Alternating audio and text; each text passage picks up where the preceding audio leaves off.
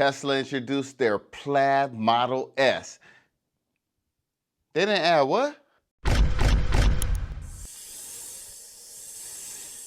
Welcome back to the Cobra Pit, whether you're a longtime viewer or a newer subscriber like Anthony Villanova. I see you. I appreciate every single one of you. You could be anywhere in the world, but you're here with me.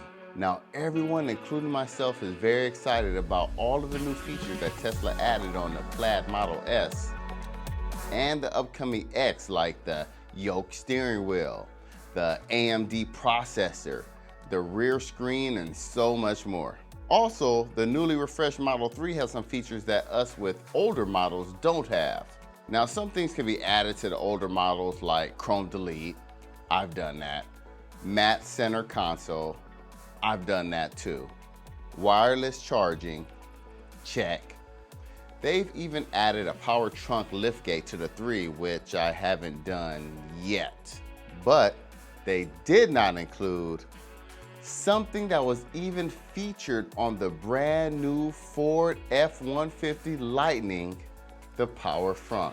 But wait, I can solve that for you.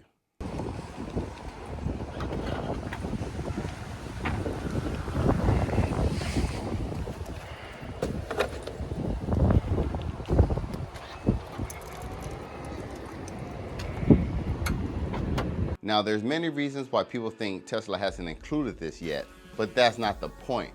The point is that many people don't use their frunk, and I think it's because of a couple reasons. I think the biggest problem with it is the inconvenience, and especially closing it.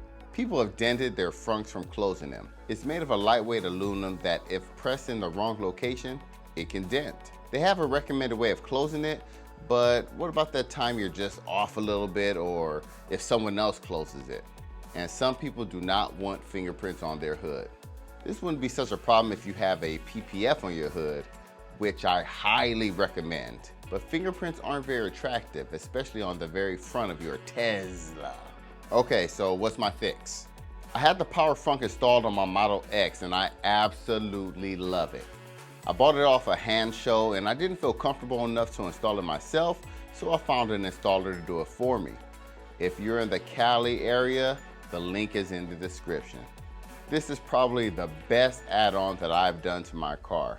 So I want to get on my Model 3, of course, so Hansshow sent out its latest and waterproof one for me to review. They also shared an affiliate link that will get you 15% off if you decide to purchase it. It's pretty cool of them. So I figured the best way to fully review this is for me to actually install it myself. Yeah, you heard me right. I installed this one myself. And I must admit, I'm pretty proud of how it turned out. It opens and closes with the app. It just asks for confirmation first. This is good to protect from accidental pocket activation. It opens and closes with the in-cabin display. This is great for when I need the kids to grab their groceries or their sparring gear. And of course, it works with the key fobs. This is my preferred method, but the Model 3's fob is a $150 accessory. They do have installers all over, but you may not live that close to one, or you just don't want to pay to get it done. Now, I'm not really a work on a car kind of guy, if you know what I mean. I've changed my brakes a few times. I've changed the spark plugs once. But what I think is more similar to what I've done here is I enable my DVD player to play movies while the car is in motion in one of my previous vehicles. All right, get off your high horse. I know that's dangerous. I didn't do it for me. I did it for the passengers. Duh. Okay, so I gotta be honest. I was kind of nervous, and the included instructions aren't the best to follow. So I watched a few videos to help me along the way. I wanted to show the install, but after opening up and exposing the internals, I said to myself, no way I can do this and film it. I need to concentrate. So I decided to just give you an honest assessment of the difficulty and the experience. On a scale of 1 to 10, 10 being the most difficult thing ever, I give it a 5. The hardest part was where to put my emergency release because I didn't have the access point where they recommended to put it. So I put it in the tire well, and I made sure that it was secure. It wouldn't slide up or down. The rest was matching and connecting wires. It was pretty simple. I only used a few tools. They're all color coded, and you can see which one goes where. On a scale of 1 to 10, 10 being the fastest ever, the time of completion is about a 7.5, 8. It took me 2 hours to complete, and this is with watching videos during the install. I think if I tried it again, I could do it in about an hour or so. So if you're in the SoCal area, hit me up in the comments. Now the risk factor, with 10 being so risky, I give it a 6 out of 10. Here's why. You have to be careful with the windshield. Put a cloth to protect it from when you remove the strut.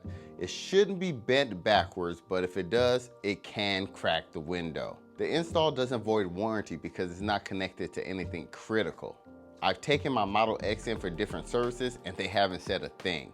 There are detailed laws that protect the consumers from warranty fraud. Your install needs to be the primary cause of whatever goes wrong, and if you do cause something to go wrong, you should be liable. And it's safe for when you or a kid gets in the way. And it doesn't open when the car is in motion.